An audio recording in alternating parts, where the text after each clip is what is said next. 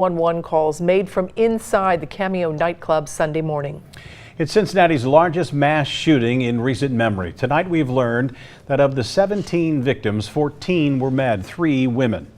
There are still 2 people in the hospital tonight, both in critical condition, and police sent nearly 70 people to the scene. As gunshots were ringing out inside, people were quite literally running for their lives. Brad Underwood spent the night going through all those calls. He joins us live from the East End to take us through them. Brad? Running, some hiding, Robin, as police released the 911 calls as well as their transmissions. You listen through them. Hard to listen to much of this. Some people screaming, many in shock, and others surprisingly calm. But one thing that police had to deal with as they were rushing to the club scene, they came upon numerous victims with gunshot wounds on Kellogg Avenue and some even in this parking lot. Yeah, Cameo nightclub, what's going on there? Yes, my brother's son. Hurry up, hurry up. Just before 1:30 Sunday morning, the 911 calls begin coming in after the mass shooting at Cameo nightclub, painting a picture of the chaotic scene. Hello? Ma'am, did you see the shooter? Yeah, shoot the police! Hit the police! Get up! Shout somebody! Get out here and Cameo! On the phone with a 911 operator, one man attempts to move his friend. Oh, let me put him in the car! No. Do not move him. Do not move him. Many ran from the club, others hid in fear. Do you see who's shooting? No, I don't. I'm in the bathroom, and they're saying they're shooting inside and outside, and I don't know what to do, and I lost my friend. And after more 911 calls are made, officers begin arriving on scene. Give me some cars now. I got right here. 2971, have everything you got expedite this way. We got one down.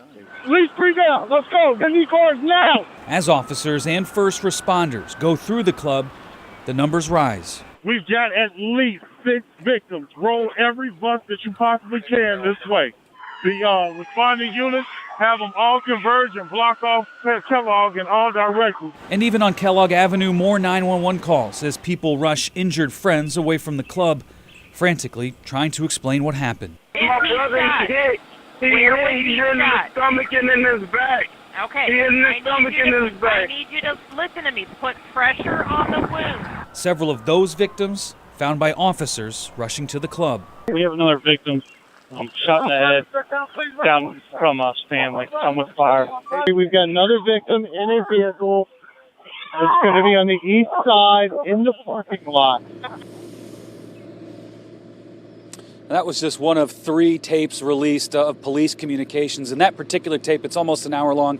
And for the next several minutes, more calls like that, people waving down officers, flagging them down to treat 2 wounded victims in their cars, in the street, some even in this parking lot, underneath the awning to one of the side entrances here in the parking lot. Reporting live tonight in the East End, Brad Underwood, Local 12 News. Rob?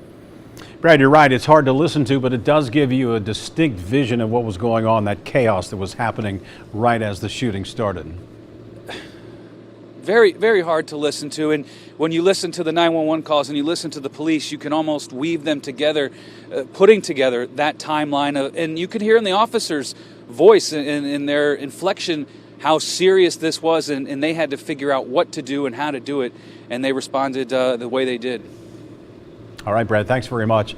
We are learning more tonight about what may have led to that violence. One possible motive stems from a Madisonville murder earlier this month. Tyrone Frazier was killed on Rose Street.